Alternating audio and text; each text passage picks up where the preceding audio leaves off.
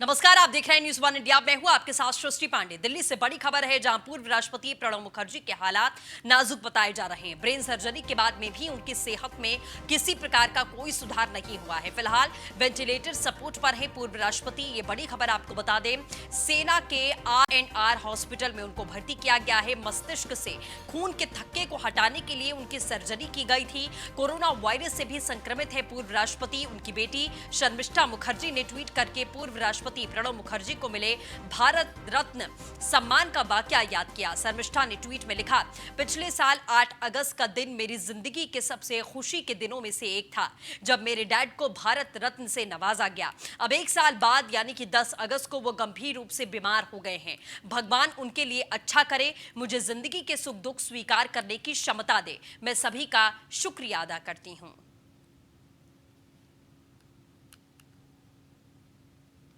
तो corona virus से भी संक्रमित है पूर्व राष्ट्रपति।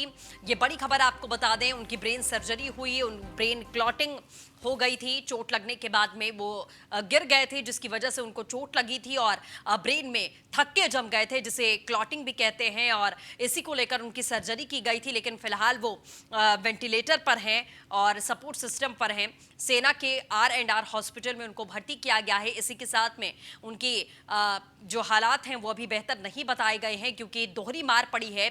एक तो क्लॉटिंग हुई, उसकी सर्जरी हुई, ब्रेन की सर्जरी, वो भी इस उम्र के इस पड़ाव में आकर। कहीं ना कहीं ये भी बहुत ज्यादा एक गंभीर विषय अपने आप में होता है, क्योंकि किस तरीके से ब्रेन रिएक्ट करेगा इस समय पर ऐसी अवस्था में, और ब्रेन की सर्जरी के बाद में बॉडी किस तरीके से रिएक्ट करती है, इसका भी डॉक्टर्स भी इस बात को पहले से कुछ नहीं कह सकते हैं। तो जाहिर तौर पर ये कहीं ना कहीं दोहरी मार है, और इसके साथ ही उनको कोरोना से भी वो संक्रमित पाए गए, और उस वजह से भी उनकी बॉडी में और ज्यादा इफेक्ट पड़ता हुआ नजर आ रहा है। एक तो ब्रेन की सर्जरी, जिसका कुछ आगे क्या उसके कॉन्सिक्वेंसेस होने वाले हैं कुछ पता नहीं होता है। फिलहाल पूरा देश उनके लिए दुआ कर रहा है।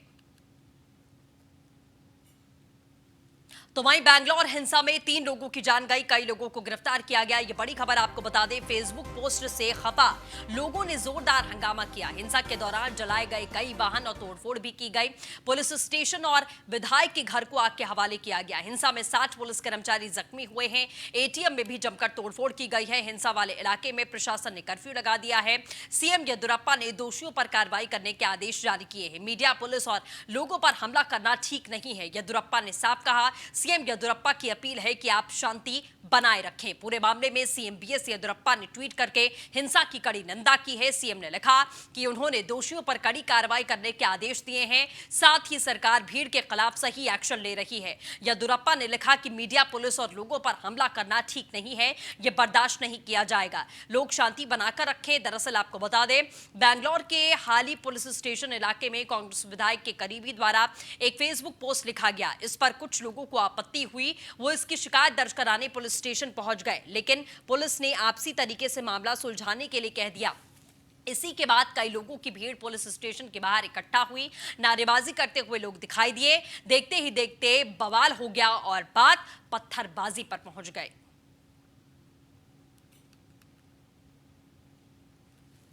दिल्ली से बड़ी खबर है, जहां जीडीपी में ऐतिहासिक गिरावट की आशंका दर्ज की गई है। आपको बता दें, गिरती जीडीपी को लेकर राहुल गांधी ने सरकार पर तंज कसा है। कांग्रेस नेता राहुल गांधी ने ट्वीट करके मोदी को टारगेट किया है। राहुल ने तंज कसते हुए कहा है कि मोदी है तो मुमकिन है। कोरोना संकट का सबसे अधिक असर देश की अर्थव्यवस्था पर पड़ा है। भारत की प्रसिद्ध सॉफ्टवेयर कंपनी इंफोसिस के संस्थापक और जाने माने उद्योगपति एन नारायण मूर्ति ने जीडीपी में आजादी के बाद की सबसे बड़ी गिरावट की आशंका जाहिर की है। राहुल ने नारायण मूर्ति के बयान को ट्विटर पर शेयर करते हुए लिखा है कि मोदी है तो मुमकिन है।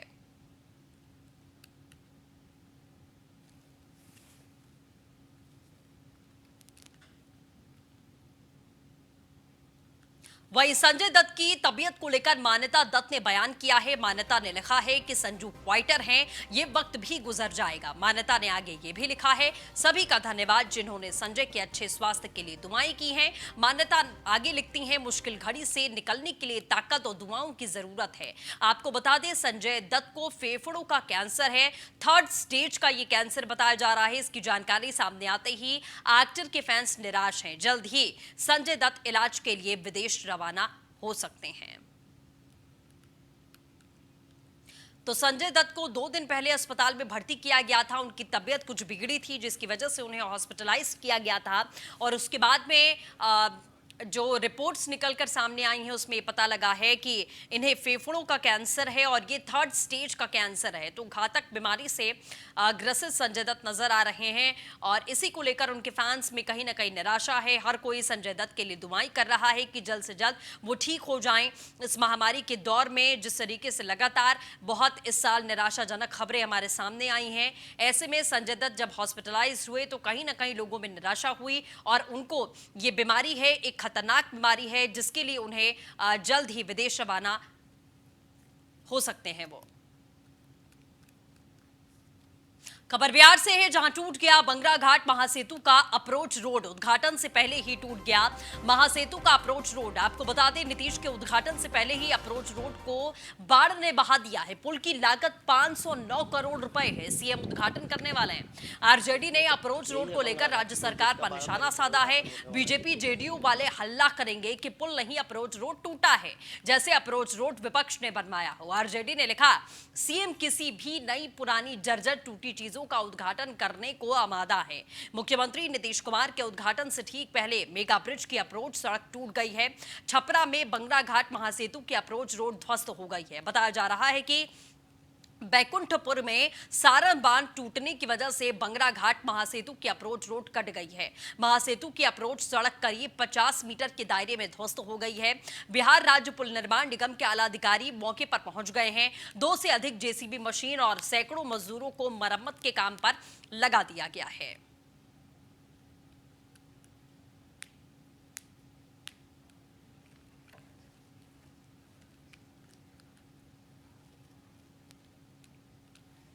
तो ये तस्वीरें भी हम आपको दिखा रहे हैं। अप्रोच रोड टूट चुका है। आरजेडी ने तंज कसा सीएम किसी भी नई पुरानी जर्जर टूटी चीजों का उद्घाटन करने के लिए आतुर है। टूट गया बंगरा घाट महासेतु का अप्रोच रोड। आपको तस्वीरों के जरिए भी हम दिखा रहे हैं।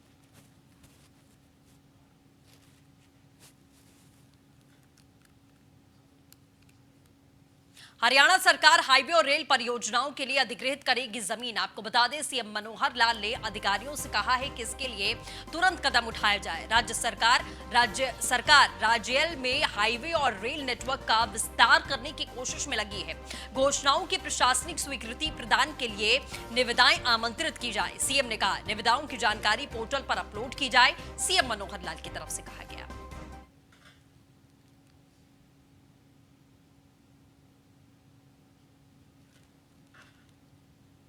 तो समीक्षा बैठक की बड़ी बातें क्या रही हैं, ये भी हम आपको विस्तार से बताते हैं। सीएम ने घोषणाओं से संबंधित लंबित मामलों की समीक्षा बैठक ली। बैठक में सीएम ने स्पष्ट किया है कि घोषणाओं के बाद जब योजनाओं का प्रशासनिक सचिव फील्ड में जाकर प्रगति की समीक्षा करें, प्रशासनिक सचिव फील्ड इस बारे में स्थानीय जनप्रतिनिधियों को भी सूचित करें। योजनाओं के लिए 70% भूमि उपलब्ध हो जाए, वहां पर भूमि का अधिग्रहण होगा। शेष 30% उसके आसपास अधिग्रहित की जाए ताकि इसे भविष्य में निजी भूमि से बदला जा सके।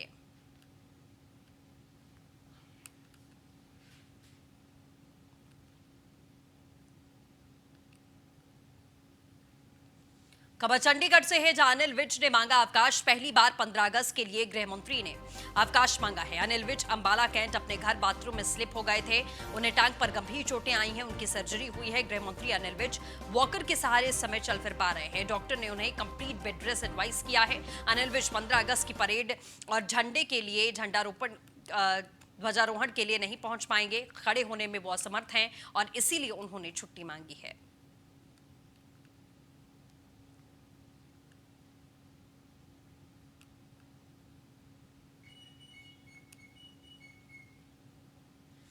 खबर चंडीगढ़ से है जहां अनिल राव को सीएमओ की जिम्मेदारी मिली। आपको बता दें हरियाणा के सीडी चीफ रहे हैं।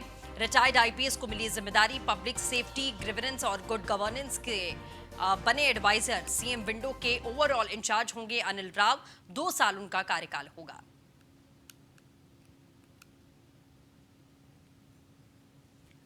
तो फिर से आपको बता दें अनिल राव को सीएमओ की जिम्मेदारी मिली है। चंडीगढ़ से यह बड़ी खबर है। हरियाणा के सीडी चीफ रहे रिटायर्ड आईपीएस को नई जिम्मेदारी मिली है। पब्लिक सेफ्टी, ग्रीवेंस और गुड गवर्नेंस के एडवाइजर बने हैं।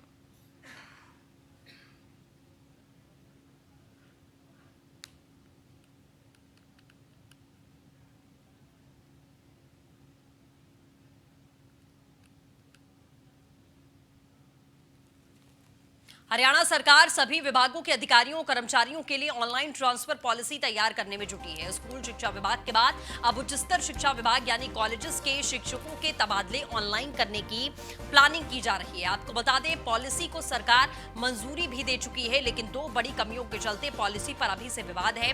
गाँव में लंबी सर्विस के बाद भी कॉलेज प्राध्यापक शहर के कॉलेजों को पहले विकल्प के रूप में नहीं भर पाएंगे। इसी तरह से उम्र के नंबरों को लेकर भी विवाद हुआ है। पॉलिसी में सर्विसेज को तवज्जो नहीं दी गई है। जिला प्राध्यापक की जितनी अधिक उम्र है उसे उतने ही अधिक अंक मिलेंगे। आमतौर पर लंबी सर्विसेज वालों को ये फायदा मिलता है।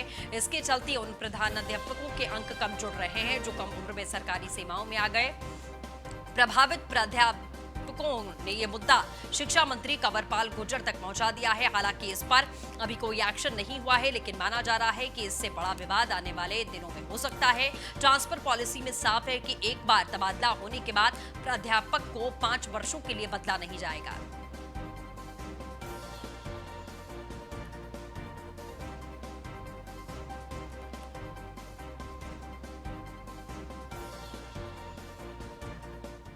तो कॉलेजेस में ऑनलाइन ट्रांसफर के लिए बनाई गई पॉलिसी में शहर का कॉलम बाद में है और गांव का पहले है। ऐसे में उन प्राध्यापकों को अब भी गांव के ही स्टेशन पर भरने होंगे जो पिछले 5, 10 या 15 वर्षों से गांवों के कॉलेज में कार्यरत हैं।